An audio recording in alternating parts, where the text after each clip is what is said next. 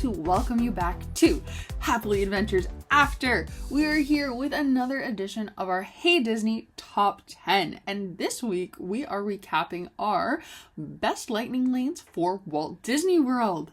Before we get into this, I want to just fill everyone in. So if you are new here, or if you just need a refresher, each week, we here at Happily Adventures After bring you our Hey Disney Top 10, a podcast-style discussion about a specific top 10 topic in each area. So, we chose to call it Hey Disney Top 10 due to the recent-ish upgrades at Walt Disney World. And some of those resorts at Walt Disney World include an Amazon Alexa overlay that says Hey Disney. So you can ask it just like you would ask your Amazon Echo, for instance. And you would say, Hey Disney, show me park times for the day. And it would show you this. And that Hey Disney feature offers the opportunity for you to play games at Walt Disney World on this device, learn information and facts about Walt Disney World, and shares you information on the parks. But the one thing it does is it acts as your personal resort concierge.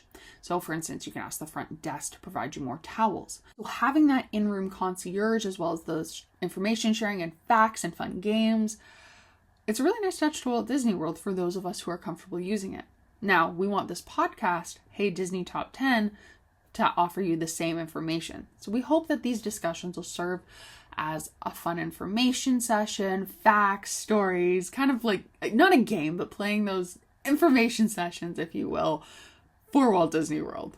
As you know, here the Hey Disney Top 10 topics range from so many different topics at Walt Disney World, and we're hoping to venture into other things. So we're going to share with you information on the parks, the attractions, the food, the travel, so much more, and that's why we wanted to share it with you. Now that you know a little bit more about Hey Disney Top 10 in general, we're going to dive into this week's topic, which for me has been a really fun one to kind of research and try out. So it is the Happily Adventures After Hey Disney Top 10 Best Lightning Lanes at Walt Disney World.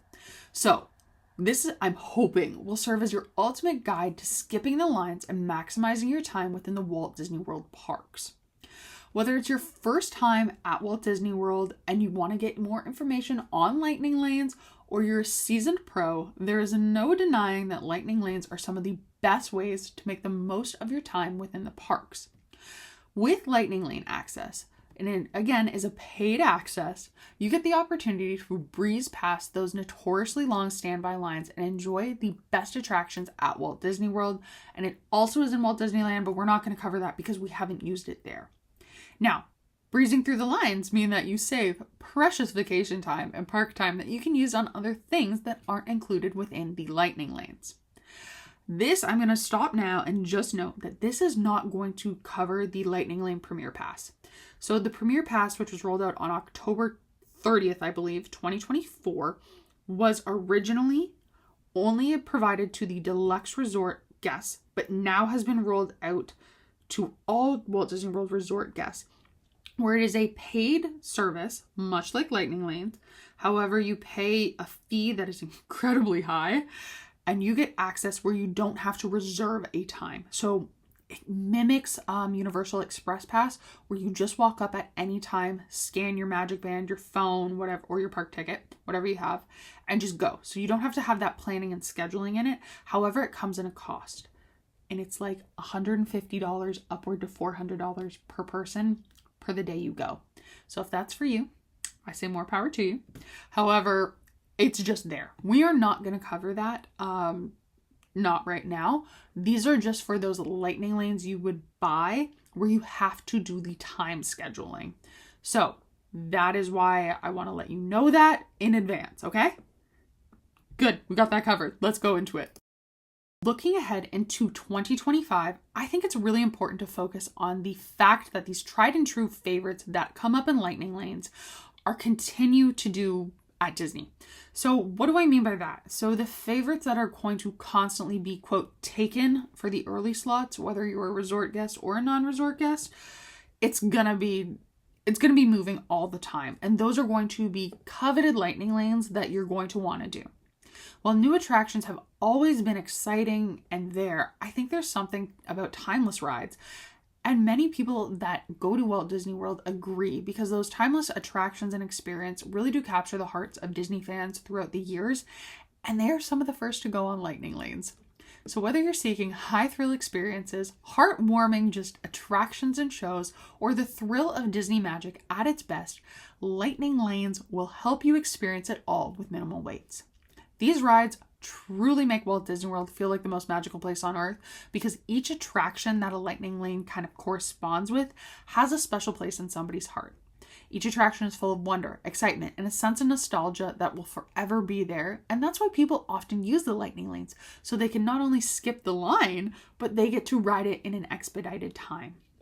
So take this as your guide then for 2025 on what is important for you to use for lightning lanes.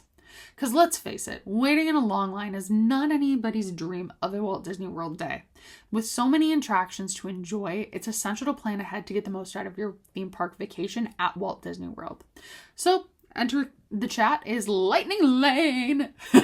These are time savers that will really allow you to maximize your time in the park while using both the lightning lanes and the standby queues across Disney World, and letting you spend more time throughout the parks and kind of give you more of a relaxed, if I can say that, day at Walt Disney World and enjoy more of the magic. Those of us who don't know what lightning lanes are, I want to let you know. So, what is a lightning lane at Walt Disney World? Lightning Lane is a paid service that allows guests to bypass the regular standby line at select attractions in Walt Disney World. It provides quicker access to rides, helping maximize the wait time and enhance your overall experiences. As of right now, I am going to only say there are 2 types of lightning lanes. There's also Premier Pass, which we are not going to talk about today. So, the 2 types of lightning lanes that are going to be offered to you are Lightning Lane Single Pass and Lightning Lane Multi Pass, each with its own feature, price, and structure.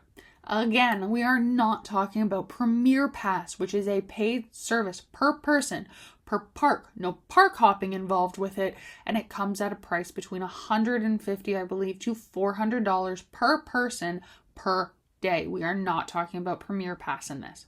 Thank you so much. That was my PSA. So, what is Lightning Lane Single Pass?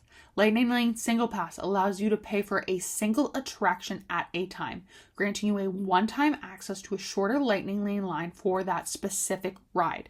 It is not transferable unless something happens and then you go talk to guest relations. We're going to ignore that, okay? To a different attraction. You can choose the attraction you want to experience based on its availability and timing that day, and you only get to ride it once. Prices for each single pass varies per attraction and date you are within the park.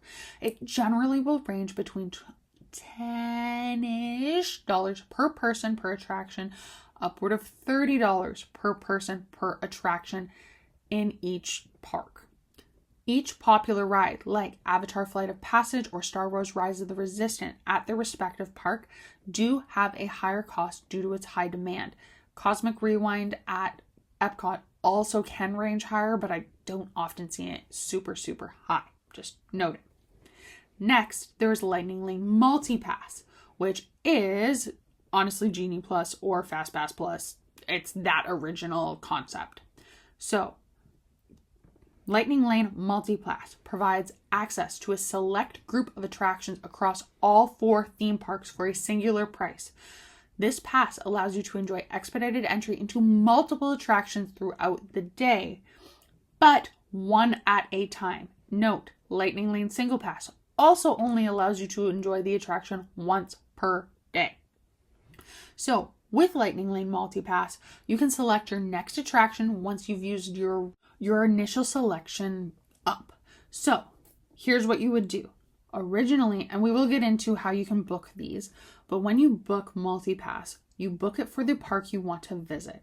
So let's say I wanted to visit Disney's Magic Kingdom. I would book, and I'll give you the dates again, in advance. I would book 3 attractions for when I wanted to go. So let's say, for sake of this conversation, I would book Tiana's Bayou Adventure. I would book Peter Pan's Flight and Haunted Mansion. Those would be my first initial lightning lanes. Now, let's say I got one of those at 9 a.m. Once I use that 9 a.m. lightning lane up, I can book a subsequent one for either Disney's Magic Kingdom or a different park if I have a park hopper ticket. So let's say I knew I wanted to park hop at around 4 o'clock because I had a dinner reservation to do at Hollywood Studios at the Hollywood Brown Derby. I could book a Lightning Lane after I redeemed that 9 a.m. one for Hollywood Studios and continue to use my other 2 within the park.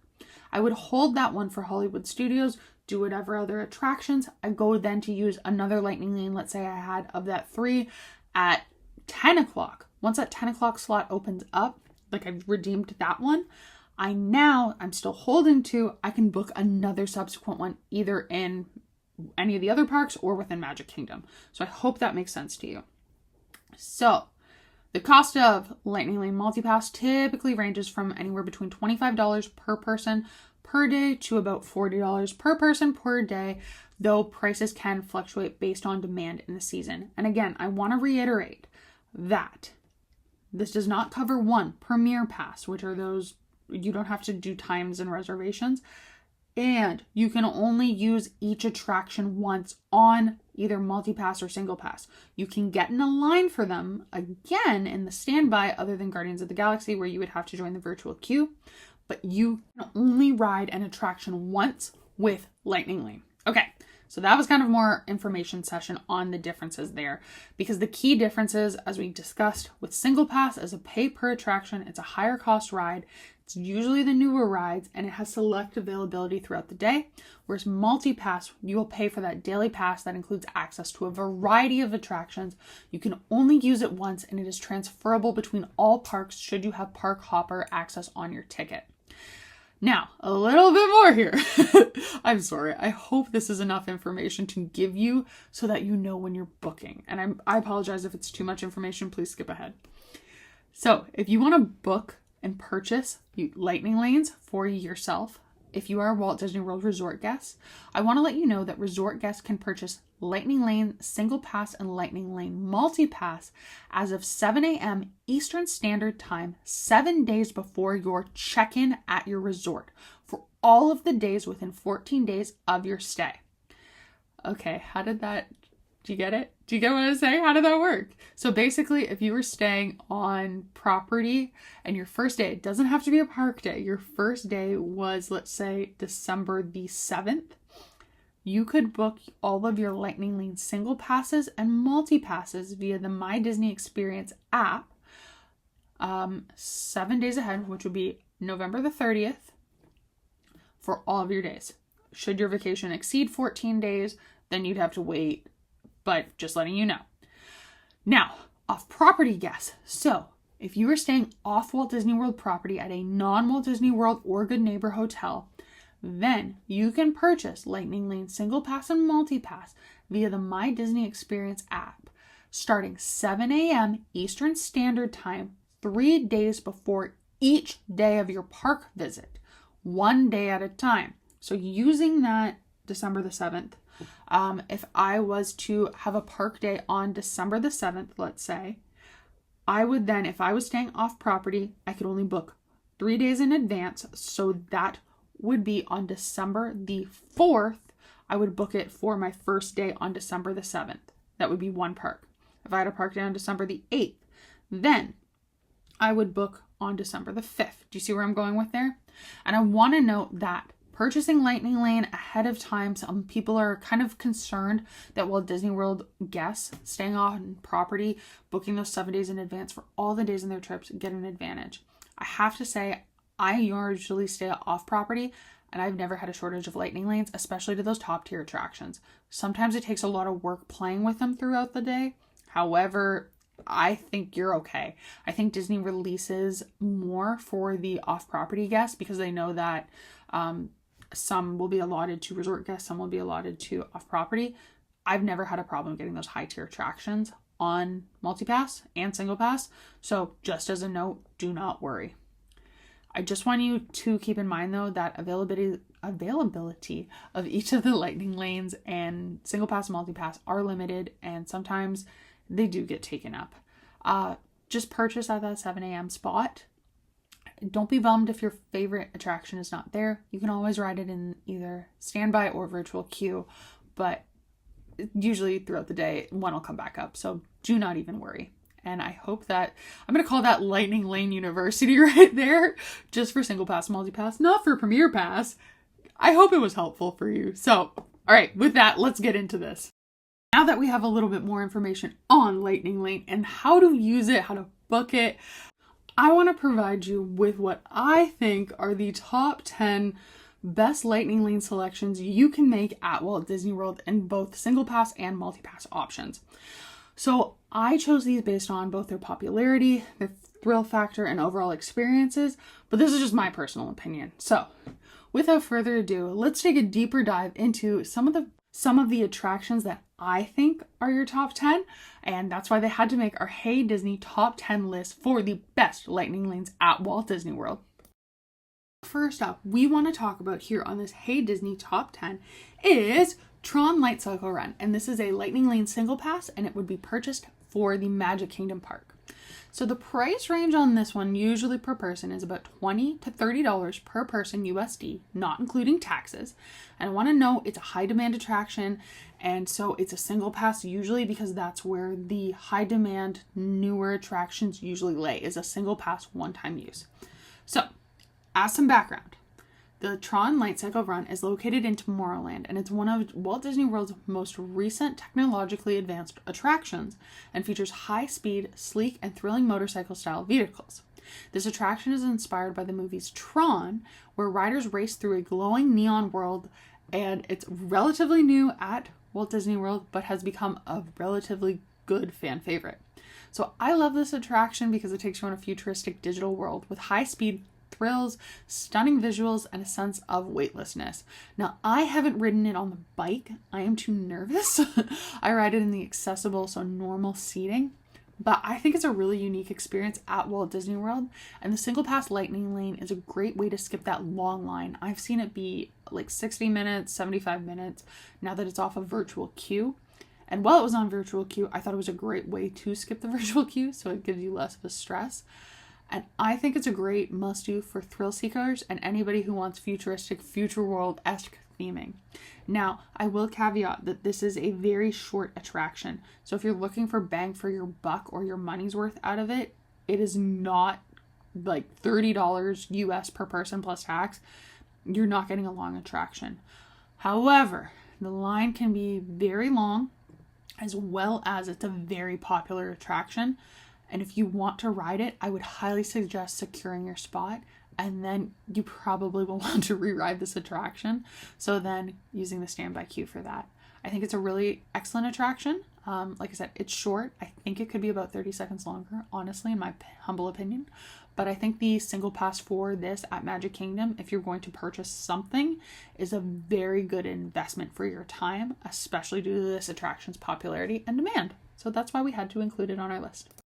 Staying in Magic Kingdom, next up we have Seven Dwarfs Mine Train. Again, this is a single pass attraction, and it's located in, like I said, Magic Kingdom. We're staying in the park. The price range for the single pass attraction ranges roughly lately between $15 and $22 per person USD plus taxes. It is one of the most popular rides at Magic Kingdom due to the way it moves and its technology. For that swaying coaster, as well as it's a very family-friendly coaster. So the price tag for single pass, because it's only a one-time use, can be seen as a little bit pricey because you have those attractions. You have both Tron and here if you're purchasing 2 single passes, and then multi-pass for the park, but I'm just letting you know. Now that you know kind of the cost, I want to give you a background on the attraction. So Seven Dwarfs Mine Train is a family-friendly coaster located in Magic Kingdom's Fantasyland, and it takes you on a charming yet whimsical journey throughout Seven Dwarfs Diamond Mine, and it's really fun. It's a smooth, swaying coaster. So the holders, I don't know what to call it, like the seats, but the holders that hold the seats, the traction car, it sways back and forth, and it gives you that like extra excitement and music along with it, and it's very fun. And it's a combination of a great kind of traditional roller coaster with some thrills, but it involves Walt Disney's unique storytelling, and it makes it an incredibly unique experience. I love this attraction because of its gentle blend between thrills and the timeless storytelling you know and love from Walt Disney World, as well as Disneyland and stuff. It has a very smooth sway. Like, it's not super noticeable, but it does give that extra level of excitement. The music, so the traditional Seven Dwarfs song, the hi ho, it's off to work we go, with the Seven Dwarfs and the projection mapping on the faces of the Seven Dwarfs as you go up the hill in the diamond mine, I'm not going to spoil it too much, are incredible. The visuals of Snow White and her cottage, as well as the evil, she's the evil queen, right? Yeah. And it all immerses you in the story. It's really fun. It's one of the attractions I do not like to miss within Walt Disney World. So I often do pay for that single pass for it, or I'll wait in the line if it's not too bad. It does get up there. I'm going to be honest. It can get up there. I've seen it be a 2-hour wait. It is wild. It's a great family coaster. So it is gentle enough for those little ones while giving you a bit of a thrill. So it's going to be more popular, as well as it sits right smack dab in the middle of Fantasyland. So it's something that you see and you want to do. Lightning Lane Single Pass is truly a great way to ensure an expedited queue. It does have a very interactive queue. It is a very fun queue, and I highly recommend going through it. Maybe if you do an after hours event or a party ticket at Magic Kingdom to see the interactive queue. They turned off some of the original interactive features, which isn't as fun, but it is a really great queue. But like I said, it's a very lengthy wait. So in order to expedite your time, I highly suggest you make the investment into purchasing this single pass. I would highly say do Tron and this, if anything, and I would also suggest multi-pass. But if you're going to skip multi-pass, purchase these 2 single passes, because it'll make an easy choice for a family to expedite this queue, as well as it gets you on the ride. You have a really great time. But if you want to go again, you could always go through the standby line. So that is why it had to make our list. In at number 3, but again, no particular order, but number 3 is Avatar Flight of Passage. And this is a single pass Lightning Lane for a purchase in Disney's Animal Kingdom. So if you're going to purchase Avatar Flight of Passage, the price will range between $15-ish, and I've seen it go up to about $22 per person, plus tax, US dollars. Now, I want you to know that Avatar Flight of Passage is highly popular, so the cost of this attraction definitely represents itself as a top tier attraction within Walt Disney World at that higher price range for a single pass, quote unquote, but it's not, trust me, it's not going to be your highest one at all. So, what is Avatar Flight of Passage? Well, it's an immersive 3D flying simulator ride set in the world of Pandora and inspired by the movie Avatar. Not Way of Water and not whatever the heck's coming out in the next few years, because those are in Disneyland coming up. That was announced at D23 back in August 2024. So this is a take on the original Avatar movie, where riders can experience what it's like to ride a banshee soaring above stunning landscapes of Pandora. This ride combines motion, visuals, sounds, and some smell to create a truly breathtaking attraction. This is probably one of the most immersive attractions I have ever been on, and it is truly awe-inspiring, and it is amazing. I love the sense of flying through the world of Pandora, and it's absolutely exhilarating. The attention to detail here is unmatched, so I would highly suggest Lightning Lane Single Pass to help you avoid long wait times so you can enjoy all the must-dos in Walt Disney World's Animal Kingdom without wasting precious park time. Because I remember, here's a backstory, but I remember back when, now this is when it opened, so you can always expect when an attraction or a new land opens, the wait times to be wildly absurd. But I remember back when it opened in 2017, I was there in August, I believe, and it was still highly, highly popular and one of the coveted attractions. And I waited, I think, 3.5 hours in a line to just get on this attraction once. I think it's really wonderful. A lot of people say it's Soarin' with a motion simulator, which is very true. However, if you are afraid of heights or have vertigo or issues with 3D, I'd either say take the 3D glasses off while you ride the attraction or skip it, because it can make me, it's made me nauseous and it's given me a bit of vertigo at times, but I just take my glasses off. However, it is very immersive, and before Rise of the Resistance came out, I would say it was the most immersive experience within Walt Disney World. Now that is such change since this came out in 2017, but I highly recommend, if anything, if you're going to buy any sort of lightning lane within Animal Kingdom, you truly can skip multi-pass, and I would highly go for the single pass for Avatar Flight of Passage. And so that's why I wanted to let you know for it to make our list. Next up on our list is Star Wars Rise of the Resistance, which is a lightning lane single pass for the Hollywood Studios attraction. So this attraction is going to get pricey. Per person, this ranges from about $20 to, I've seen it at its low point, to nearly $35 per person plus tax USD. It is one of, if not the most immersive attraction within Walt Disney World, and it is incredibly technologically advanced. So it tends to have that higher price point for the single pass, especially during the peak season, because everyone and their mother's mother and their pet wants to ride this attraction. It is amazing. So, Star Wars Rise of the Resistance is an absolutely ambitious, multi-phased attraction that blends the traditional dark ride elements, live action show scenes, and cutting edge technology to immerse you in the battle between the Resistance and the First Order. It is one of the most complex rides Walt Disney World has ever created and includes realistic sets and immersive storytelling. The sheer scale of this attraction is absolutely phenomenal.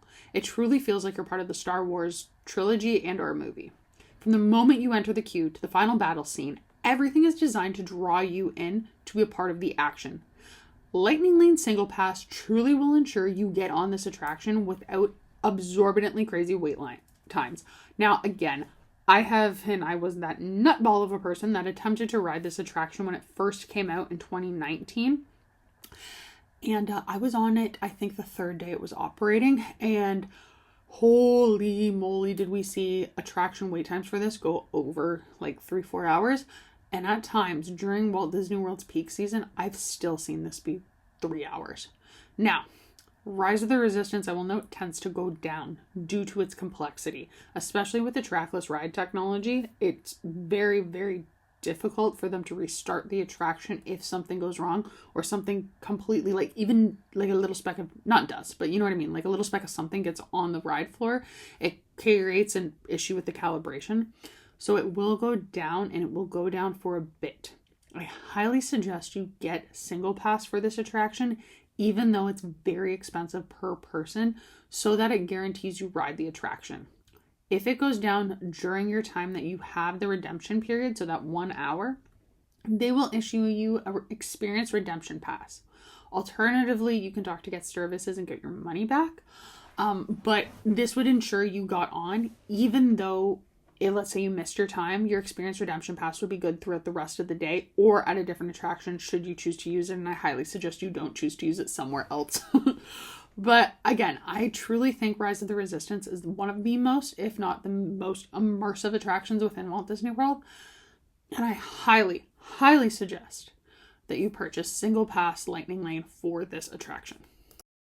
Coming in at the number 5 spot is Remy's Ratatouille Adventure, and this is a Lightning Lane multi-pass. It's our first multi-pass talked about on this list, and it's for the attraction that's located in EPCOT.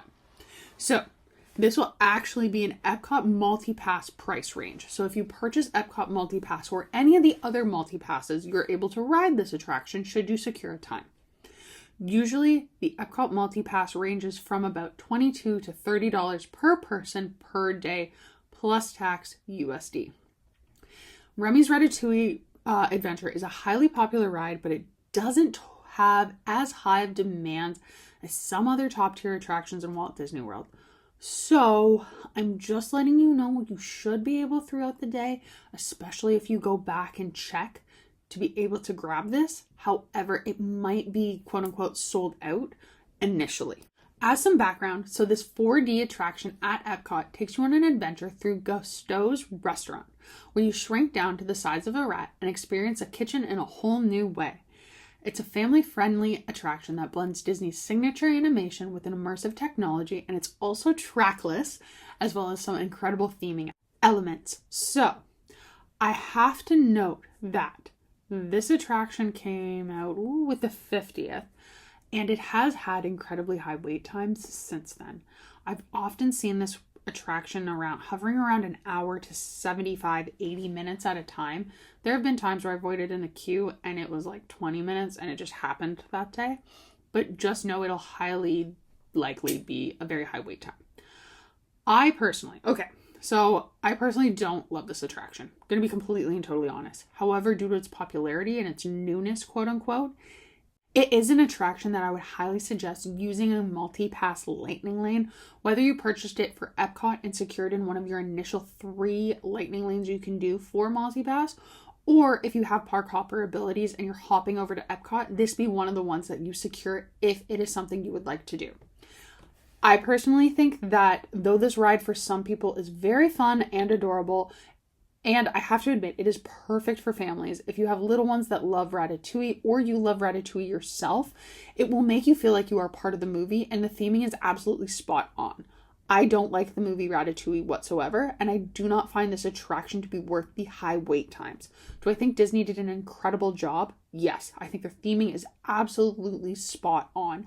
However, it is not my favorite attraction.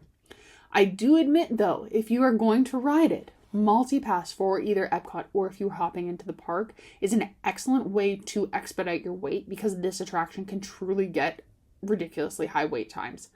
That way you can enjoy it, you can make the most of it, and it's a fantastic opportunity to explore EPCOT since EPCOT has so much to offer and doing a lower wait time. So that is why we included it. Again, I know it is some people's love. A lot of people do really enjoy this attraction.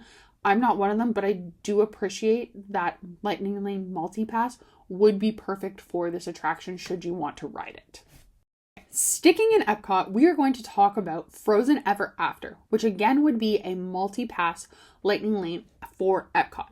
And as we discussed, the price ranges for EPCOT surely do somewhere around $22 to about $30 USD per person, plus tax for multi-pass. So this attraction actually used to be a single pass attraction. It used to be one of those individual selections that you had to make when Lightning Lane, or originally Genie Plus, that's what it was called, rolled out. However, it is now included in multi-pass, and I think it is an exceptional use of multi-pass. Frozen Ever After has a consistent level of very high demand due to the popularity of Frozen, it being an attraction without a ride height requirement, as well as just the love of the attraction. It truly is worth the multi-pass purchase just for this attraction if you have never ridden it, or if you have Frozen loving family members or friends that are really excited to go on this attraction. As background, this attraction originally replaced the boat ride Maelstrom, and it is located in the Norway Pavilion. Now, it is based on the beloved and very lucrative Disney film Frozen. It's based on the original Frozen, not the now one, or the second one. Is that the now one? And it is a boat ride that takes you on a magical journey through Arendelle. This ride features scenes from the film, including a fun encounter with Elsa where she sings Let It Glow. No, not Let It Glow, Let It Go! In a beautifully constructed indoor setting. Now, I'm going to be honest, I'm not a fan of Frozen. When my youngest cousin was younger when it first came out, we watched this and Tangled on a loop. I like Tangled. I'm not a huge fan of Frozen, but I love this attraction. My mom is not a fan of Frozen whatsoever, but again, loves this attraction. So if you are a fan of Frozen, I'd say this ride is a hugely must do. If you're not a fan of Frozen, I would still say it's a huge must do. Any chance to be immersed in a Disney film is spectacular. I don't know if you've heard or seen on social media that some guests of Walt Disney World are not a fan of the IP, so the intellectual property being put out by Walt Disney for the attractions, but I have to say I love it. And I love that I can correlate with Frozen Ever After, the Frozen films, even as someone who doesn't love the film franchise. I have to say it is a beautiful, absolutely stunningly beautiful attraction. Getting to see Anna, Elsa, Sven, Olaf, and so many more is just, it's amazing. And the snow bees and the snow monsters. Yeah, see, I've seen Frozen enough times, I know it. But it's just not my favorite thing ever. It is very magical and it never gets old. I think every time I'm in EPCOT, I attempt to ride this attraction as somebody who does not like Frozen. So if that's giving you a hint of why the multi-pass purchase for this Lightning Lane is kind of not required, but highly suggested, I would go for it. It's a perfect mix of Disney storytelling, gentle thrills because there is a drop hill on it, kind of like Pirates of the Caribbean if you've never been on it. And I would say it ensures that if you're on this attraction, picking up a multi-pass for it will make sure that you're riding it. It is truly enchanting, and I would, again, recommend it coming out the wazoo to purchase multi-pass for this because the lines are impeccably long. It can get, again, upwards of 2 hours. Luckily, it is indoors for the most part, the attraction queue, so you are in the air conditioning, and it is pretty immersive. However, nobody really wants to wait 2 hours. So pick up multi-pass for this and use a lightning lane on Frozen Ever After, and you will not regret it, even if you don't like the film franchise Frozen. Next up on our list is Space Mountain, and this comes from a lightning lane multi-pass purchase for Magic Kingdom Park. The Magic Kingdom Park's multi-pass usually ranges between about $27-ish to about $40 per person plus tax and US dollars. Space Mountain is very popular, therefore having the ability to get this attraction on multi-pass is impeccable. Much like we were talking about Frozen Ever After over in EPCOT, Space Mountain actually used to be an individual attraction purchase that was like the Lightning Lane single pass when Genie Plus, which was the takeover for Fast Pass Plus, but basically Lightning Lane, had come out originally back in 2021. So for those of you who aren't aware, don't really know, Space Mountain is an iconic indoor roller coaster that has been thrilling guests of all ages, if they meet the height requirement, since its opening in 1975. It's located in Magic Kingdom's Tomorrowland. This ride takes you on an outer space adventure where you zoom, zoom, zoom through the dark tunnels, complete the sharp turns and sudden drops, all in the dark, to the pitch black setting with little twinkly stars. I love Space Mountain. I'm gonna be honest, I haven't been on it in a while because I got older and it hurts my back. But a lot of people affectionately, side note, call it the chiropractor. Like, it's one of those attractions. And you sit very, very tight. It's a single person pod. Look up the Disney World ride vehicle. It's not the Disneyland because Disneyland has a side-by-side, so 2 to a row. Space Mountain and Disney World, which is the original, is 1 to a row. I'm just saying, if you're a little bit older, call it the chiropractor and expect that. But truly, it is so much fun. It is a thrill to last you a lifetime as you race through this dark, uncharted space, literally. So having the multi-pass attraction for this is really wonderful. I think using Lightning Lane multi-pass and booking this as one of your top attractions, if this is something that you or your party likes, especially with roller coasters, I would do it. I would make this one of your top 3 so you guarantee that you are on it. It'll allow you, when you're booking the multi-pass, to experience this adrenaline rush without a wait. Usually wait times for this attraction are pretty high. Again, you're going to hear me repeat this over and over. However, like hovering around an hour to an hour and a half, it's a very short attraction. So it's fun. It doesn't have any immersion like Seven Dwarfs Mine Train or anything like that it's within Magic Kingdom. So being able to skip that line is a plus.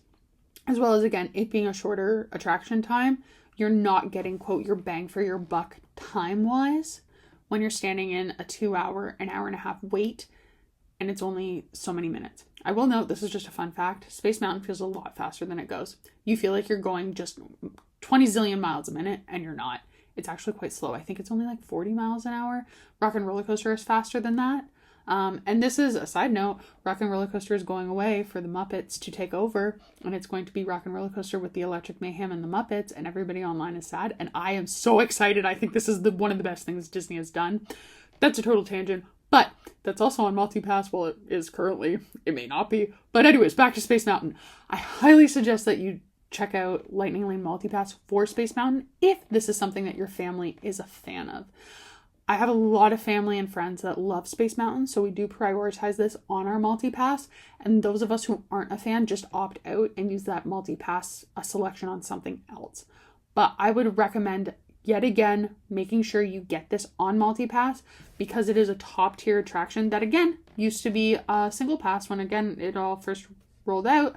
So making sure you know that it's one of those top-tier attractions will make sure that you can be able to grab it, and that's why it's on our list. 8th on our list is Mickey and Minnie's Runaway Railway, which is a multi-pass at Disney's Hollywood Studios.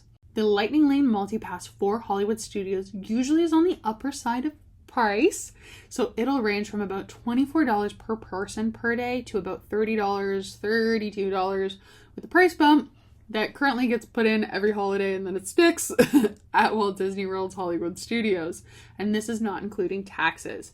So this ride, I'm going to say it again, much like the other rides and attractions we spoke about, used to be a single individual purchase. So it is coveted. It is one of those ones that Disney knows is popular. However, when they revamped the system that was originally Genie Plus, which carried over to Lightning Lane Multipass, it got put in the Multipass.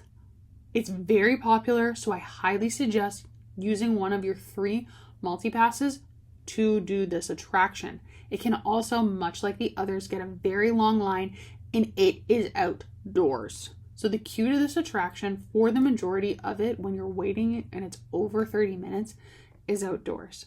The rest does go through the Chinese theater replica that Walt Disney World's Hollywood Studio has. However, nobody wants to wait outside in the elements, whether it's 95 degrees and the sun is shining down on you, or if it's a thunderstorm, because this attraction is indoors, so it will not close for inclement weather, but you standing outside will get soaking wet. So that's why I highly suggest using a Lightning Lane multi-pass for it.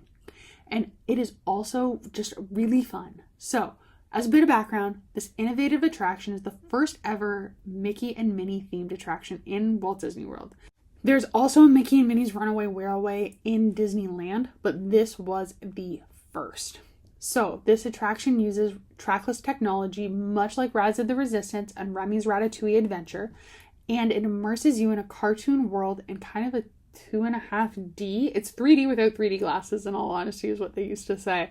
And it's a cartoon world of zany adventures that travel through Mickey and Minnie's adventures, and it's really fun. And it's based on, like, the imaging is based on the new Mickey Mouse shorts. So not the older Mickey Mouse and not the Disney Junior Mickey Mouse. I'm not totally sure when that style drawing of Mickey Mouse and his friends came out, but I would guess 2017 about. So yeah, if you're looking for the shorts on Disney Plus, that's what it's based on. I truly do love this attraction. I will always book a multi-pass for this. Mickey and Minnie's Runaway Railway is a delight. It is a fun ride that brings the charm of Mickey Mouse to life in a whole new way. It is one that all family members can enjoy. It has no height restrictions, and it is an absolute whimsical imagination of just animation experiences. Does that make sense? Like, what you imagine Mickey Mouse shorts would physically feel like to be through, it is. It has unexpected surprises that make a joy of an experience, and you can ride this over and over and over. I actually got to ride it when it first opened in 2020, right before the park closures, and I have loved it ever since. I think this attraction is totally worth multi-pass alone, and I love it. I really do. My whole family loves it, and friends love it. It is so much fun, and I would highly suggest you, not just for this attraction, let alone, but like thinking of the cost-benefit analysis of it, of standing outside, because it's Florida, it's going to rain, it's super hot, things like that. I think it is well worth your investment or cost-benefit analysis of purchasing multi-pass solely for the intention of riding this ride and making it one of your top picks when you go to select it. Truly, please purchase multi-pass just for this. It is wonderful. Sticking in Hollywood Studios, we are going to move over to our number 9 spot, which is Millennium Falcon Smuggler's Run. So this, like I said, is located within Hollywood Studios. We kind of did that price range earlier, which is about $22 at the low point to probably usually around $25 to about $32 per person plus tax US dollars. So now, Millennium Falcon Smuggler's Run is located in the Walt Disney World Hollywood Studios Galaxy's Edge. There is also, I'm just noting this, in Disneyland, so there is a replica. Purchasing Lightning Lane Multipass for this is wonderful because for any Star Wars fan, it literally allows you to step in the cockpit of an iconic Millennium Falcon attraction. Like this thing, I went with my husband when Star Wars Galaxy's Edge, it had opened. It'd been open for about 3 months. I literally went the day Galaxy's Edge opened, and then we went back. He had just come, it was the same Christmas trip. We were talking about Rise of the Resistance, that we were there, and he was in awe. He likes Star Wars, and he was like, this is everything I could have thought Star Wars was and more. So Smuggler's Run allows you to immerse yourself in the Star Wars galaxy experience like never before. As you navigate through the stars, you'll experience cutting-edge technology that puts you right in the heart of the action-packed mission that the Millennium Falcon is flying. Whether you're flying on the Falcon with yourself or assisting your family and friends as part of a crew, or you're that single rider that crashes everybody's party because there's only one of you, like I said, it is a unique journey because it responds to what you do.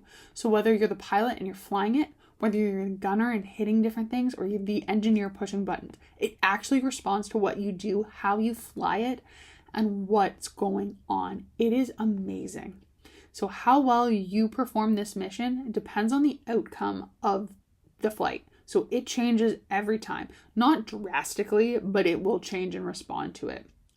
This attraction uses motion, so it actually does move. So if you do get a little motion sick with screens, because there's a screen in front of you, just letting you know, take a Dramamine or a Gravol before. Like I said, I get vertigo and motion sickness, but I don't actually usually on this ride. However, the motion mixed with the immersion and storytelling creates a very interactive, thrilling adventure, and it's not just a ride. You're a part of Star Wars. So please use multipass on this. Again, I'm not the biggest Star Wars fan in the world. However, I will use multipass on this only when Hollywood Studios is at its prime. So I've seen the wait times for this be drastic and be 1.5 to 2 hours. I've also seen it be a walk-on. And I have literally walked through the attractions queue and got to the pre-show. So this one's a hit or miss, but I'm saying it is worth your multipass if you know you're A, going at a busy time, or B, have Star Wars fans who are capable, like height restriction wise, of riding this attraction. I would say the queue alone in the pre-show are phenomenal. I wouldn't waste a multipass lightning lane on this just to walk through the queue, but it's very fun. I've also ridden this with family and like friends in a group. It is so much fun. So if you are looking for something to do with your entire family because you get into it, you have a lot of fun, I would highly suggest doing this. So add this to your list of attractions you want to do for multipass, because trust me, you're going to have a great time on it. And it's definitely it may not be worth you picking it in the beginning for your top 3 unless you are a Star Wars fan, but it's worth picking it up throughout the day. Last but most certainly not least on our list is Slinky Dog Dash Multipass Lightning Lane in Disney's Hollywood Studios. So we've stuck in this park for the last 3 attractions, kind of like we did with EPCOT. But the ranges, like I said, hover around $22 to $24, usually starting base. Thank you, holiday price spike, to about $32, I would say, dollars per person, USD plus tax. So, Slinky Dog Dash is probably, if not, my favorite roller coaster or attraction in Hollywood Studios. I know, call me crazy. It is a family-friendly roller coaster that enjoys guests of all ages for you to come visit Andy's backyard in Toy Story Land. Slinky Dog Dash has a variety of different fun elements, and it is so wonderful. It is smooth, it's a very fun attraction, and it takes you on a journey through Andy's backyard, like I said. Well, Slinky Dog, let me retract. Andy built a backyard, quote, roller coaster using Slinky Dog and all of his toys. So he has Tinker toys, he has little, I don't know what they're called, oh my gosh. They're little wooden dowel toys and rods that he wanted to build this roller coaster because he got a roller coaster set at one point. So thinking of this from a kid's perspective, that is truly what this attraction is. I love this roller coaster because it combines mild thrills with a super fun story and is perfect for the entire family who reach the height requirements, and you are going to have an amazing time. It says, on the website for Walt Disney World describes this as a less intense roller coaster. It is less intense than Universal, but everybody I've ridden this attraction with all of a sudden are surprised at how intense it actually is. So it's not crazy intense. This isn't Rock and Roller Coaster. This isn't Guardians of the Galaxy Cosmic Rewind. But I would not suggest it as your child's first roller coaster unless your kid's into it. It actually has some pretty steep turns and pretty thrilling elements. At one point when you do the initial launch, you go up a very high hill and it banks. You feel kind of weightless. Like, it's very fun. I love it. I really do. So I think the charm of Toy Story in itself is very fun and I like the land, but that's truly why I would suggest getting this. So as a note, this is incredibly popular on MultiPass and usually sells out within seconds. So if you're purchasing Hollywood Studios Lightning Lane MultiPass solely for this attraction, you have to be fast. I would also note that you have to be fast due to popularity, but also the fact this entire attraction, including its queue, is outdoors. It is very hot in that queue, like crazy, crazy heat.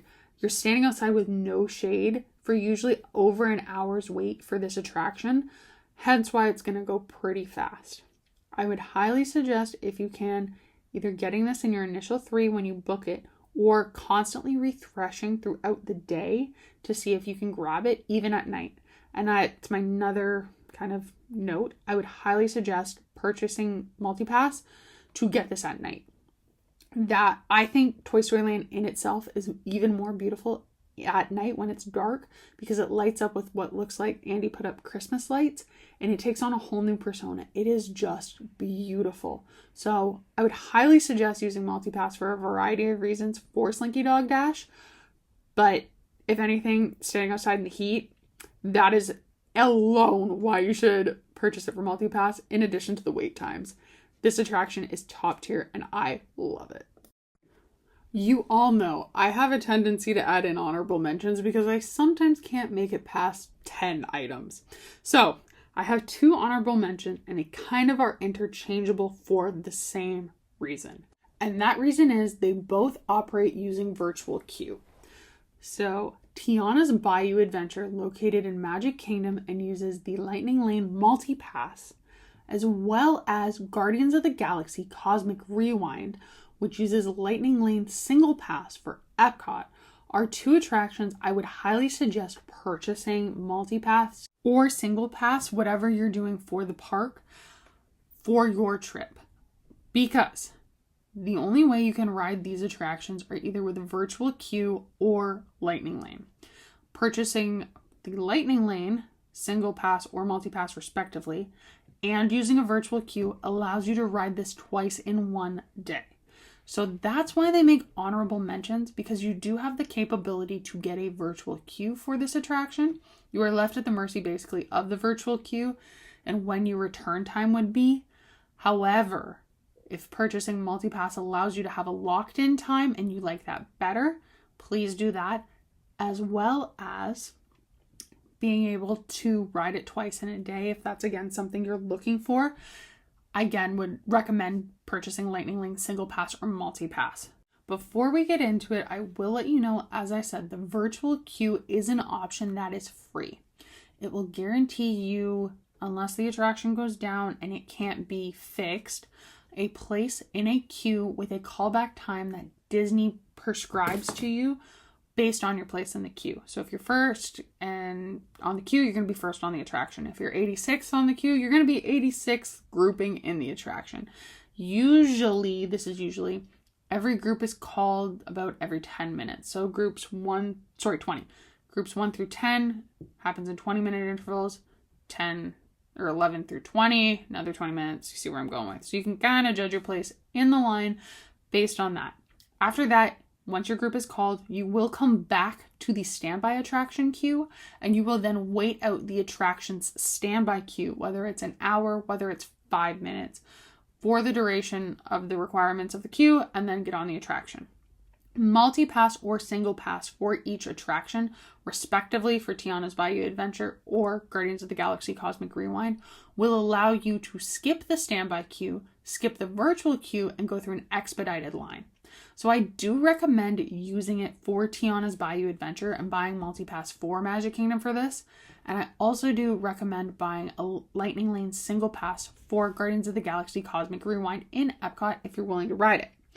you're going to want to ride Guardians of the Galaxy Cosmic Rewind more than once in a day. I'm going to tell you that right now. It is the most fun attraction I have ever been on, and probably my favorite roller coaster, even though I said that about Slinky Dog Dash.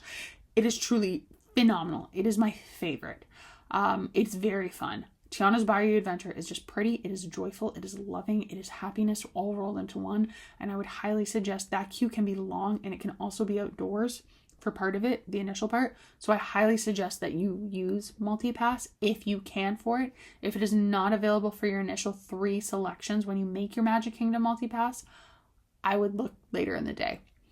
Both of these, again, are spot on for having that attraction use for multi-pass or single pass to do the expedited process, because they are both so new and so popular. But it's an honorable mention because the virtual queue does then let you hold your place in line. So it kind of does guarantee that you'll ride the attraction, especially if you're only looking at doing it once per your day. So that's why I wanted to let you know that, and they make an honorable mention solely because the virtual queue comes at no extra cost, and you can still guarantee, again, unless something happens to the attraction, that you will ride it. And a cast member will assist you if your virtual queue doesn't actually happen. They'll be very kind about it, but you be kind to them. But multi-pass and single pass respectively for each of those attractions will guarantee you get on it and get on it in an expedited fashion, but they do come at a pretty pricey cost. Whether you're in Magic Kingdom paying for multi-pass for, like, in peak season, let's say $40 a person, and Lightning Lane single pass for Guardians of the Galaxy Cosmic Rewind could be about $20 a person. Usually $15 to $17, but I've seen it be as high as $20, $21 per person, and you ride it once. Again, it's also if you want to ride it 2 times in a day, this is the only way you can do it. So there are some caveats around it. That's why I wanted to include it and only include those as honorable mentions. My last just quick note is, you'll notice when we go through the list of attractions, there was not a lot of discussion on Animal Kingdom's multi-pass. This is because there are very few, especially upcoming in 2025, attractions on Disney's Animal Kingdom multi-pass for it to be worth the price.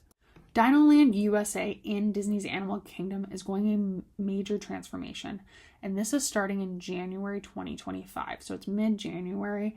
And the plans to revamp it look spectacular. So they're going to turn it into the Central Americas, and this theming will be phenomenal. However, it will impact current attractions such as Dinosaur, as well as Triceratops Spin. Those 2 are on multi-pass. I don't know if Triceratops Spin is on there, but Dinosaur is on multi-pass. It is a phased approach to closing, so Dinosaur will be open when the rest of Dinoland USA goes down. However, taking those away throughout 2025 and not having that additional replacement for another attraction, yes, it will drive the attraction queue times up in other parts of the park, but I don't think it ends up being worth the price. Now, Disney's Animal Kingdom multi-pass Lightning Lane is fairly cheap per person in comparison. It hovers around $15 to $20 a person, peak season at $20. It does let you skip a fair number of attractions in an expedited manner for that price. So one that would be very beneficial would be Kilimanjaro Safaris if you're looking to do that during peak time, because that can get over an hour wait. Expedition Everest, I've seen it be over an hour as well, and those 2 alone may be worth that $15 to $20 per person for you and your family or traveling party. But for me, having those 2 attractions and Navi River Journey, again, over an hour in that queue, isn't totally worth the price tag. Now, okay, caveating, I do tend to buy Lightning Lane every time I'm in the park. I don't care what park it is, I tend to. However, I don't think if you're going for the full day, I don't go for the full day since I'm an annual pass holder. We just kind of show up, do what we want to do, and then leave. Even if we're doing something to be expedited, if you're going for the full day from rope drop, especially if you're a resort guest, to close, I think you can get all of it done. That's not my style of going to Walt Disney World, so I'm not recommending you do what I do kind of thing. I'm just giving you kind of my notes. I don't fully think multi-pass is worth it in Animal Kingdom if you're doing that open to close park day. So from 7:30 as a resort guest a.m. to about 6 at night. And if you get in line for an attraction right before the park closes, so using that 6 p.m., so 5:59 p.m., you're good to go. You can stay in that attraction queue. You have more than enough time to explore all of Animal Kingdom, everything that is not on MultiPass. So like Maharaja Jungle Trek, you can walk through it. You can walk through the Oasis. You can eat at fantastic restaurants. And you can ride all of the attractions there without a super long wait, because Animal Kingdom tends to fluctuate as well. Where I've seen, like I said, Expedition Everest over an hour, and I've seen it be 15 minutes once I circle back to it. It's very, very odd. So, and also another note, if you're going during the winter, usually Kelly River Rapids is closed. So that's taking another attraction away from MultiPass. And that's just for refurbishment and stuff, just because it's water wide, so you kind of got to clean it out. But just letting you know that as you make your decision, if that's the kind of park going experience you want where you're open to close, save the $15, but move that money over would be my suggestion from MultiPass to purchasing Lightning Lane Single Pass for Avatar Flight of Passage. So that was a whole chatty chat on it, but I just wanted to point out that MultiPass attractions on Animal Kingdom are not as quote unquote lucrative on a cost benefit analysis, whereas the Single Pass for Avatar Flight of Passage would be more than worth it, and definitely something that you could look at to swap for you and your family if you're going open to close. If you're looking for something to go very quickly, heck yeah, buy MultiPass. That'll get you through what you need to do. But when Central America's opens and they have all of the refurb, then it's most certainly going to be worth it. Absolutely. But just for right now, while the construction phases are going, I just wanted to point that out. No harm, no shame at Disney, nothing like that. I just wanted to, again, give you that information so you can make that decision for you and your family. Okay, everyone, we have talked about lightning lanes until the cows come home. Because I think I hear my cow going right now. See, they came home. But with that being said, I just hope this can give you a guide of where to focus your attention if or when you use Lightning Lane, either MultiPass or Single Pass within your Walt Disney World vacation. I highly recommend purchasing MultiPass and Single Pass for your entire trip, especially if you're doing one park per day, just because having that, I know it's an extra cost, but having that opportunity to skip lines gives you more time to physically enjoy the parks. Yes, standing in a line with your family can be really fun, but also can take away if somebody gets bored, if you need to hurry and go through something. I just think Lightning Lane is a great option. Do I miss it being included in park admission with FastPass Plus? Heck yeah, I do. But I think this is a very good alternative and something that should be budgeted for, but you know your family best. You know what your budget is. You know what's better for your family. So I highly suggest you doing that cost benefit analysis for you guys. All right, I've talked enough. We'd love to hear from you. So what are your favorite ways to use Lightning Lane during your Walt Disney World vacation? Have you gone to Disneyland and used their version of Lightning Lane? If so, what are the differences? Do you have any tips or tricks that have made the most out of your family vacation to Walt Disney World when you're using Lightning Lanes? Let us know. Please join in the conversation either on our blog, here on our podcast, or over on our Instagram, just to let us know and share with our community. Plus, come visit us again so you can explore all things Walt Disney World and any other Disney discussion in the future. We want to help everyone maximize our experiences with Disney World's Lightning Lane, Single, and MultiPass. Because your tips and tricks can help somebody else. And I've learned these from a lot of other people, plus my experiences. So always be sure to share and join in the conversation. It truly does make our community, the Disney-loving adults, so much more magical. Please stay tuned to Happily Adventures After for more tips, tricks, details, updates, and all things that can sprinkle a little Disney magic into your day. We've loved having you here on Hey Disney Top 10 for the best lightning lanes in Walt Disney World for what we think will be in 2025. But let us know yours. I hope you have a wonderful and blessed day. Again, I'm London. It's been lovely to talk to you. I'll talk to you later. Bye.